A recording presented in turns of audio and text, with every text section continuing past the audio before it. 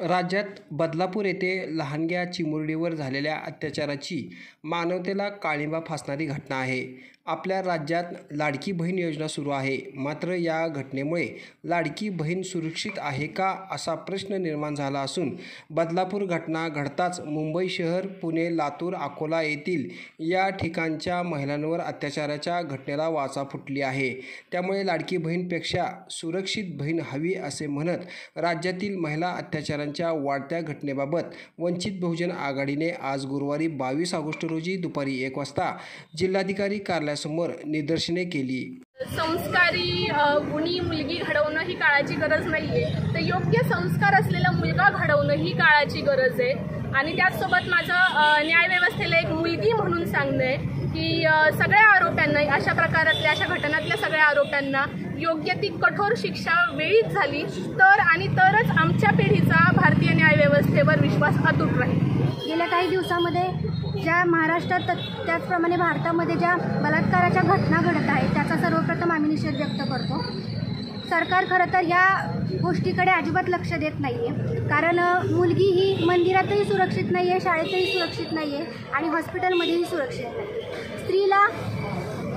स्त्रीवरती ज्या प्रकारे अत्याचार होत आहे तर आमचं एकच सरकारला म्हणणं आहे की सरकारची बहीण लाडकी झाली पण सुरक्षित झाली नाही. सरकारने महिलांच्या खात्यावरती 1,500 रुपये दिले आणि त्याचबरोबर महिलांच्या हातामध्ये असुरक्षिततेचं प्रमाणपत्र सरकारने जे दिलेलं आहे त्याचा सर्वप्रथम आम्ही निषेध करतो. कारण आम्हाला त्या 1,500 रुपयांची काहीही गरज नाही आहे. आम्हाला आमची सुरक्षितता हवी आहे जेणेकरून आम्ही समाजामध्ये वावरू शकू. आम्ही आज बाहेर पडतो पण आम्हाला रात्रीचं बाहेर पडायला भीती वाटते, कारण असले नराधम बाहेर फिरत असतात आणि सरकार याकडे काहीही लक्ष देत नाही. म्हणजे असं आम्हाला दिसून येतं की सरकारला बहिणींच्या सुरक्षिततेची काहीही पडलेली नाही. सरकार फक्त आणि फक्त याकडे बघत आहे.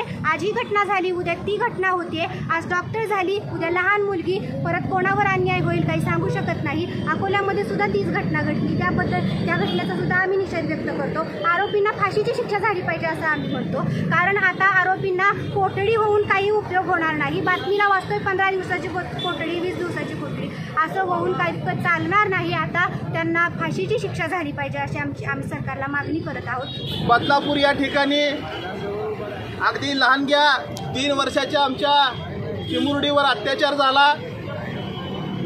तो अत्याचार घडून सुद्धा 4 दिवस तिथल्या शेंड अशा राज्यव्यवस्थेनं गुन्हा दाखल करण्यासाठी विलंब लावला आणि नुसता गुन्हा दाखल विलंब करून न करता त्या सर्व मेडिकल ग्राउंडवर तो आरोपी सुटेल कसा अशा पद्धतीची सर्व योजना या राज्य सरकारनं केलेली आहे. आम्ही प्रथमतः या राज्य सरकारचा जाहीर असा निषेध व्यक्त करतो. या राज्याचे गृहमंत्री देवेंद्र फडणवीस यांनी नैतिक जबाबदारी स्वीकारून गृहमंत्रीपदाचा राजीनामा दिला पाहिजे.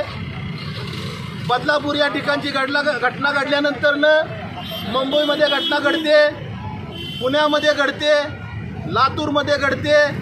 काल अकोल्यामध्ये 4 ठिकाणी आमच्या लहानग्या मुलींवर अत्याचार झाल्याच्या घटना समोर आलेल्या आहेत. या महाराष्ट्रामध्ये आमच्या आया बहिणी सुरक्षित आहेत का हा प्रश्न या निमित्तानं उभा राहिलेला आहे. आणि इथले एकनाथ शिंदे आणि देवेंद्र फडणवीस आणि अजित पवार हे रात्रंदिवस लाडकी बहीण योजना घेऊन लाखो करोडो रुपये खर्च करून महिलांना भुलवायचं आणि झुलवायचं काम करत आहेत. संभाजीनगर येथे रामगिरी महाराजांनी आमच्या मुस्लिम धर्मियांचे धर्मगुरू मोहम्मद पैगंबर साहेब यांच्यावर बेताल वक्तव्य केलं आणि धर्माधर्मामध्ये जातीमध्ये भांडणं लावण्याचं काम केलं. त्याच्या दुसऱ्या दिवशीच नाशिकमध्ये या राज्याचे मुख्यमंत्री एकनाथ शिंदे जातात, रामगिरी महाराजाच्या मांडीला मांडी लावून बसतात आणि इथल्या संताच्या केसाला धक्का लागला तर आम्ही ते सहन करणार म्हणतात. इतकं निर्दयी, इतकं माणुसकीहीन असलं सरकार आम्ही आजपर्यंत पाहिलेलं नाही.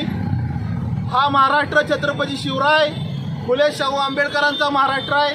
हा संत तुकाराम, संत ज्ञानेश्वर, अहिल्याबाई होळकर, मा जिजाऊ, मा भीमाई, मा अहिल्या यांचा महाराष्ट्र आहे. या महाराष्ट्रावर आम्ही कोणत्याही या मनुवाद्याची, जातीवाद्याची करडी नजर वंचित बहुजन आघाडीच्या वतीनं खपवून घेणार नाही।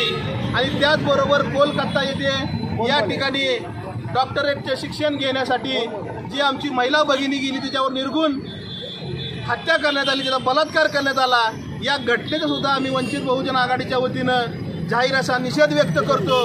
आम्ही केंद्र सरकारला, राज्य सरकारला या निमित्तानं, आंदोलनाच्या निमित्तानं आव्हान करतोय की येत्या काळामध्ये जर या घटना थांबल्या नाहीत तर मात्र आम्हाला लोकांमध्ये जावं लागेल, जनजागृती करावी लागेल। आणि आज हे छोटं आंदोलन आहे, येत्या काळामध्ये अतिशय तीव्र स्वरूपाचं या जिल्ह्यामध्ये मोठं आंदोलन आम्ही उभारल्याशिवाय राहणार नाही। तटकरे महिला बाल कल्याण मंत्री आदिती तटकरे, एकनाथ शिंदे, देवेंद्र फडणवीस, शंभूराज देसाई, आदिती तटकरे, महिलांवरील अत्याचार थांबलेच पाहिजे।